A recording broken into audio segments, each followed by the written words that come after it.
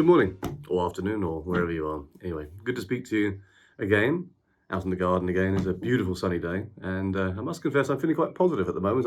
I don't know about you, but over the last 8 or 9 weeks, I tend to veer between moments of slight depression and downness and positivity. But I think at the moment, feeling positive for a number of reasons, which I want to share with you. And the birds are singing and the sun's out, so life isn't too bad. Anyway, let me give you a quick update, and there's a number of things to talk about, which I think you'll find interesting. If we start off here in the United Kingdom, for those of you that are here, you know that our lockdown has been unleashed a little bit, not too much, but a little bit, and I'll touch on that later because I think it makes a big difference. But we do see some green shoots. We see some light at the end of the tunnel, and we do now have a date that we can get our resorts open. We're looking at opening our resort on the Isles of Scilly, St Martin's, on July the 4th. The government has said that at the beginning of July, resorts can open. We know that the transportation service, the planes and the ferries, are starting around that time. So our line in the sand is pretty much the first day we can open, we will. So we're mobilizing staff, we're getting the rooms ready, we're doing all maintenance. And so the resort will, touch wood, be open July the 4th. And we will operate for the entire season as long as we can. And probably a bit longer this year, actually, because we anticipate that because people haven't had an early holiday, they may want a holiday a bit later. So at this point in time, we're probably going to stay open until the end of October. So those of you that would like to go to the Isles of Scilly, if you've either been there before and know that it's a magnificent place, it really is, and I personally love it, or haven't been and would like to go, please get in touch quite quickly on that, because we anticipate that's going to sell out pretty quickly.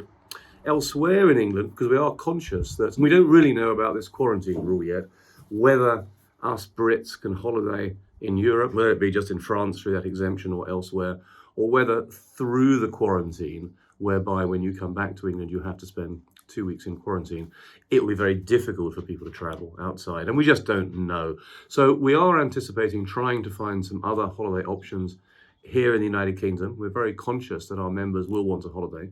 So we clearly have our Karma Sanctum on the Green product in Cookendine.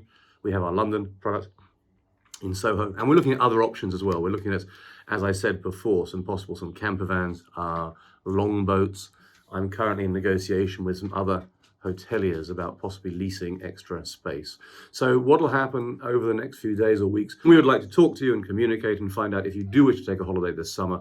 Very much wherever you are in the world, we want to try and provide a solution for you, which may be a permanent Karma solution, or maybe what we call a pop-up Karma solution, so that you can have your holiday and we can all have a cold beer wherever it is we want to go. Elsewhere on the continent, again, the laws are constantly changing, or the advisories are constantly changing about who can go where. I was delighted yesterday to get a bulletin on my iPhone that Italy has overruled the local authorities, and from June the 2nd, they will be dropping the quarantine. So anyone can go to Italy and can holiday in Italy, which for us is fantastic because we have a beautiful resort in Tuscany, which we would love to get open. And so we anticipate that will be open.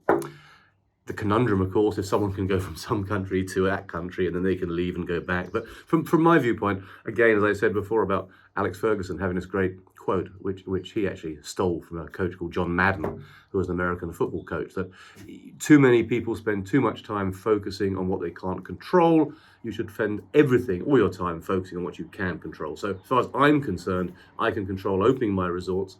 I can't control governmental guidelines, but to a certain extent, it's that phrase, if you build it, they will come. So Italy will be open and is available for anyone who wishes to come and stay there. The same in Germany.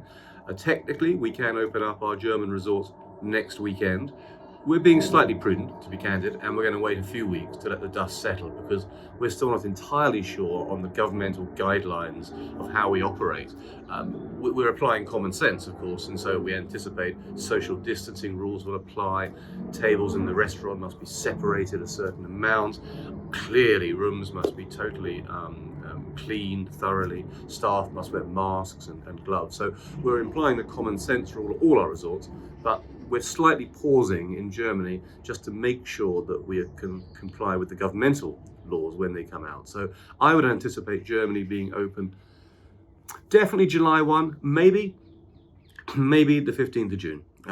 We'll decide that the next few weeks. But certainly for the summer season, which, again, if you haven't been to Germany in the summer, it's magnificent with the lakes and the mountains, the scenery and the fresh air. So that'll be open as well. Over in France, Normandy will be open. Again, we're slightly waiting for the governmental guidance, but we anticipate Normandy will be open towards the end of the month. And again, it's a beautiful area with fantastic scenery and historical sites, of course, whether it be Middle Ages or more recent Second World War sites. A fascinating area to go to. And what I can announce I'm doing that I think will be very popular is I'm taking our resort Preverger, which is the chateau that used to belong to Laura Ashley and Jean Moreau. And to be candid, I spend a lot of time in with my family, and we've had a number of celebrities take it over for various functions. What we are doing is going to turn that into a bit of a pop-up hotel. So for several weeks this summer, it'll be available for people to take one room or two rooms, use their ownership rights, and enjoy the magnificence of what is usually sold at about $100,000 a week, the property, and has had some very famous people stay over the last few years, and to enjoy a holiday there. So I think that'll be a great opportunity for some of our owners to go and stay at Preverger. And finally, in France, I'm going down to Carcassonne in a week or so, if I can, if I can get the correct approval. And we're going to look at accelerating putting the tents into the chateau in Carcassonne for this season, if it's feasible. There's a bit of a caveat on that, but if we can, I want to get it done.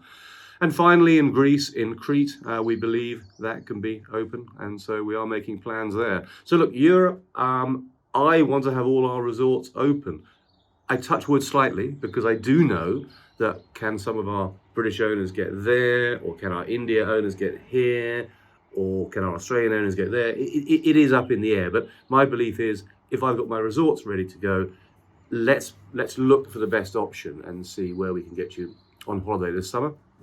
Elsewhere, India, again, I'm anticipating my Goan resorts to be open from July the 1st. India is about to enter into another lockdown 4.0. It is not unsurprising that India has struggled with the enormity of its population and the density of its cities and its sadness of its slums to get the coronavirus under control. I think, to be candid, I think Modi has done a very good job under the circumstances, as indeed I do think most leaders have. And they get criticised, and I can be deeply critical sometimes. But look, people are dealing with something that they've never encountered before, and there is no rule book on it. So I think Mr. Modi has done a reasonable job. I think he's faced with a situation where he can't lock down forever. I mean, the economy of India is massive, and there's 1.2 billion people. And we believe that there is no sense of going back to normal, and that won't be for months or years until there's a vaccine. But Indians will be taking holidays again soon, and our Goa resorts are waiting for them. And thankfully, on the very good side, Goa is virtually virus-free. It's strange, isn't it, that some places in the world have been more affected than others, and I don't think any of us know quite exactly why. But for whatever reason, Goa, virus-free, clean, healthy. It's a place that people want to go to, and I think a lot of our members living in Maharashtra or Karnataka or in Delhi would really embrace the chance to get away from the lockdowns and the problems and go and holiday on the beach in the fresh air in Goa. So we're anticipating that being open in the not too distant future.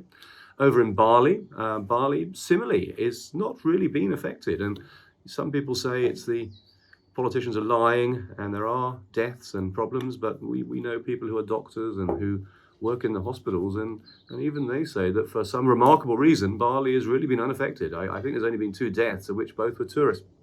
So Bali is a bit in limbo because there is a lockdown in place in Indonesia till the end of Ramadan.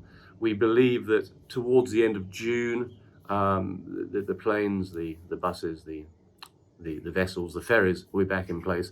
And again, the resorts are ready to go. We're actually operating them for our staff at the moment. So that'll come on stream again, beginning of July, as will Vietnam. Vietnam has done a superb job in controlling the virus, and Vietnam will be open, and Thailand.